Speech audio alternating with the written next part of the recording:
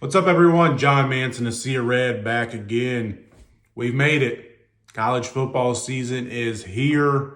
Week 0 is done. Week 1 is underway with a full slate of games Thursday night, and then more games Friday night, and then a full slate on Saturday. And obviously that includes Liberty hosting the Maine Black Bears, as we're right about 24 hours, just over 24 hours till kickoff, depending on when you're watching this. But looking forward to it. A lot of stuff to talk about, to look ahead to, and just wanted to bring my thoughts on where we're at. Where the Flames are heading into the 2025 season, heading into this season opener against Maine. Obviously, Coach Chadwell on Thursday named Ethan Vasko as Liberty's starter. If you've been watching and consuming all of our content at A Sea of Red, including here on YouTube, which, by the way, subscribe. Make sure you share this video, leave comments down below. Follow us on all of our socials, Twitter, Facebook, Instagram, and also here on YouTube. And as always, aseared.com to get all the latest from Liberty Athletic news.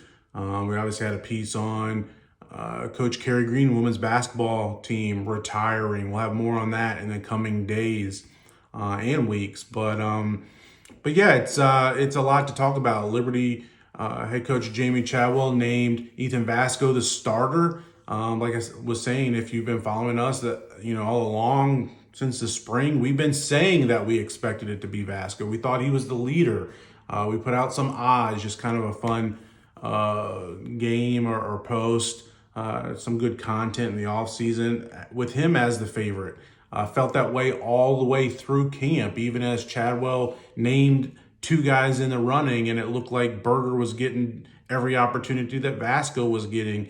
Even up until this last week or so, still felt like it was Vasko's job to lose. Obviously, Berger had a really strong camp. I mean, he's coming out of the spring. He missed all of the spring due to concussions. There was even some talk of him potentially hanging it up. Was it a good idea for him to continue to play football moving forward after suffering multiple concussions, including a couple last year in the bowl game and in the season finale heading into the bowl game? He obviously, the stats aren't great on his performance in the Bahamas Bowl back in January, but I think we can kind of throw that out. There's a lot of new faces on the team. A lot of guys had gone into the portal or had opted out. So I don't think Berger got a fair shake from what happened in the bowl game. He was improperly judged, I think. And I'm sure I'm guilty of that as well, too, of his, improperly judged of his, based on his performance in the Bahamas Bowl. But, and then he didn't even practice in the spring. And at the end of the spring, I didn't even think Berger really had a shot. I thought it was going to be all Ethan Vasko, and maybe Merdinger would push him. But that proved not to be the case. Berger proved me wrong. He was in this battle, and we've even heard Coach Chadwell talk about there might be a situation where both Vasko and Berger play. Maybe even Saturday. I expect if things go the way we think they will or hope they will, I think you will see Berger out there at some point in time. Maybe fourth quarter, late in the game when it's already decided, but we'll just have to see. Maybe certain packages he'll be in. I don't know. We'll see how that goes. But Ethan Vasko wins the job. He's from Virginia, so he's a local kid from the 757. Put up amazing stats in high school. Had offers from his hometown team, Old Dominion, as well as several others. Kansas got into the picture kind of late, and he ended up committing there. Spent his first year at Kansas, didn't play much, was maybe down the depth chart a little bit, decided to transfer when he went into the portal. That first time, that was when Chadwell had already accepted the job here at Liberty, coming from Coastal Carolina. Chadwell and Liberty quarterback coach and co-offensive coordinator Willie Korn reached out to Vasko. There were some communications between the two. Vasko talked about that some this week. But ultimately Vasco chose Coastal Carolina. I'm sure Caden Salter being here had a lot to do with that. I'm not sure if Vasco would have beaten out Salter, but ultimately Vasco said, now 2 years later, this was the right time for him to come to Liberty, and it's paid off. So, with him winning the starting job, I mean, he's a dual threat quarterback. I don't think he has the explosive game-breaking ability with his feet like a Caden Salter does, or even a Malik Willis. But he can move the ball on the ground. He will move the ball on the ground with his feet. I think you'll see some design QB runs with him. So don't think he's just going to sit back and be a quarterback, pocket passer type quarterback. This is a guy that can get out and run, move with his legs. So I think, if plays break down, you can see him try to move the chains or pick up positive yards and not get behind the sticks by, moving the ball on the ground. We'll also have to see, how good of a passer he is. His completion percentage, less than 60% last year at Coastal Carolina. Hopefully it'll be better here this year at Liberty. You certainly would like to see that up around 60 or higher. But I'm looking forward to seeing him take the field Saturday and see how this new look team looks. There's lots of new faces around, not just Vasco, but the entire team, really the entire offense specifically. I'm looking forward to see what this wide receiver group looks like. We've heard some good things. I think Jamari Person is poised for a big season. The transfer from Colorado State was here in the spring. But I think there's lots of guys in that room. I think there's a lot of depth at receiver. Dante Lee, I think he'll get his opportunities.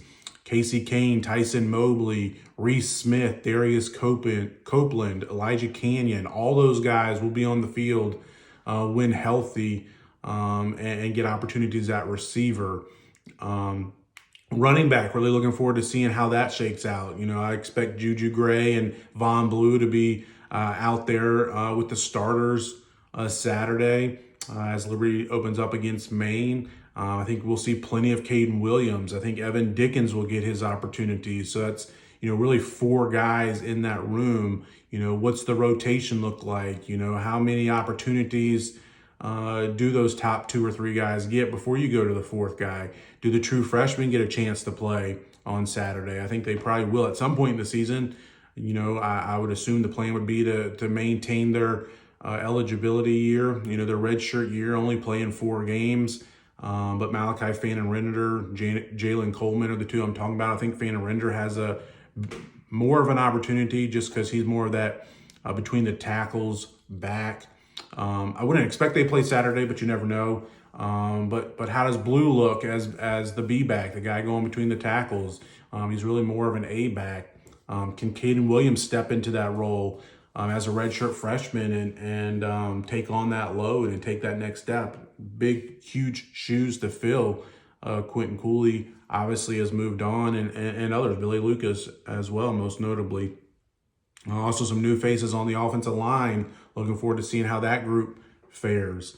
Defensively, how many defensive linemen are going to play? I mean, we could see, a dozen defensive linemen, if you include the joker position in that group, play in that front 4. How are the reps split between CJ Bazile and Brenton Williams at the joker spot? Will any true freshmen play on the defensive line? Cam Collins is a guy that got nicked up a little bit late in camp, so I'm not sure he'll play. It's probably questionable right now, but we'll have to watch and monitor that. I think he will play throughout the season if he can get healthy and stay healthy. What's the rotation look like there? Obviously, you got our depth chart, projected depth chart that we put out on the website, seerred.com, and also Liberty's official depth chart that you can go off of. Linebackers, will the top 6 guys play? I think they will. How much will they play? What will the rotation look like there? Defensive backs, really looking forward to seeing those guys. Got a lot of experience back there. Also new faces such as like a Damon Harmon, transfer from Oklahoma, who was here last year. I'm looking forward to seeing, what type of impact he can have. Also, we heard Coach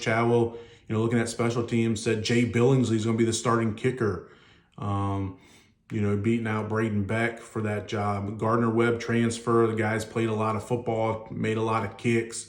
He made about 90% of his kicks throughout camp. So we saw him in that fan appreciation day scrimmage, knock down one from over 50 yards. So I think the potential is there for a reliable, consistent, steady kicker. Liberty got that some from Colin Carhu last year. It took a few games maybe for him to get his feet wet. But I think we should see that phase of the game take a step forward. But I'm really looking forward to it. Hopefully the defensive line's able to make some pressure, get some pressure on Maine's quarterback, disrupt their flow, maybe lead to some turnovers, some explosive plays by the defense.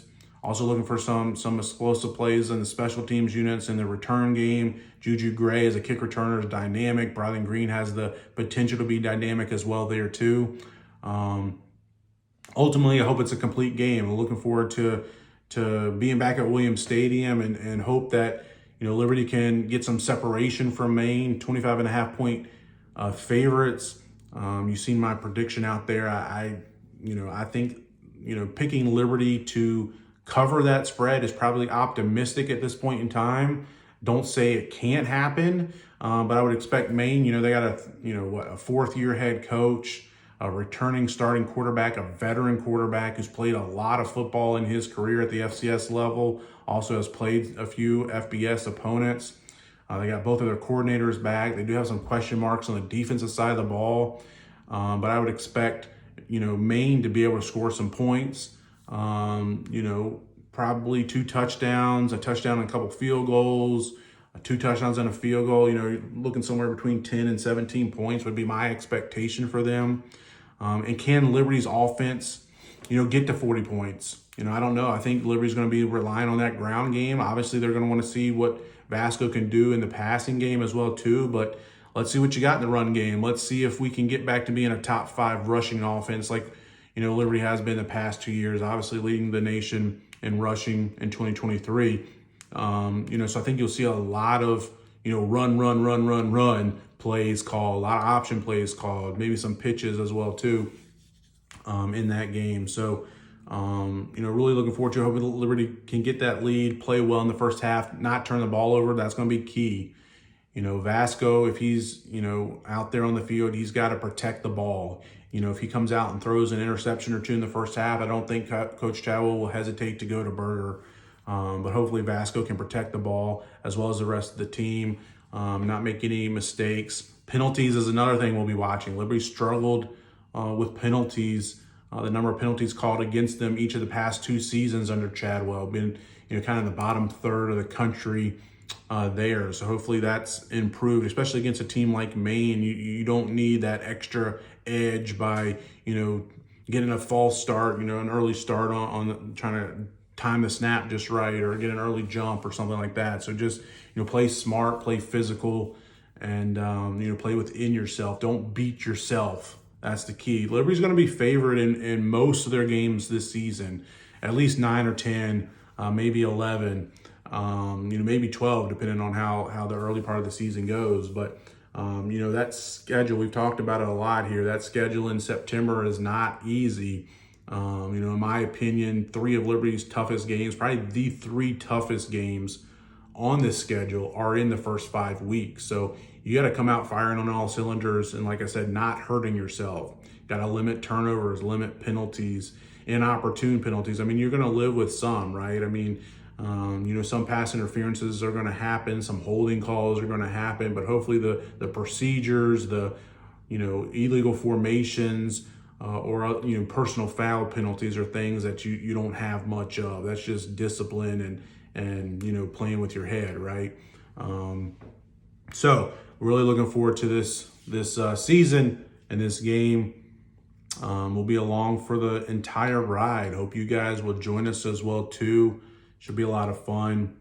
Make sure you check us out, seered.com, Facebook, Twitter, Instagram, also here on YouTube. Follow us, subscribe to us, turn on those notifications, leave some comments below, ask some questions. Make sure to check out the See Red podcast. We'll be back to our normally time Tuesday nights live at 8:30. Also record it so you can see it It's live on YouTube, Twitter, and Facebook, and then also record it on all those platforms, including YouTube, and as well as, Apple Podcasts, Spotify, anywhere you listen to your podcast. So make sure you be looking for that as we recap Liberty's hopefully week 1 win over Maine and look ahead to next week. I mean, things get going quickly at Jacksonville State, defending Conference USA champs, 12 o'clock noon next Saturday down in Jacksonville, Alabama. I will be making the trip down there, so we'll have a lot of content and coverage for you next week as well too. But it all starts this week, Saturday, tomorrow, about 24 hours, a little bit over 24 hours as we record this, away from kickoff of the 2025 season. Let's have a good one. Go Flames.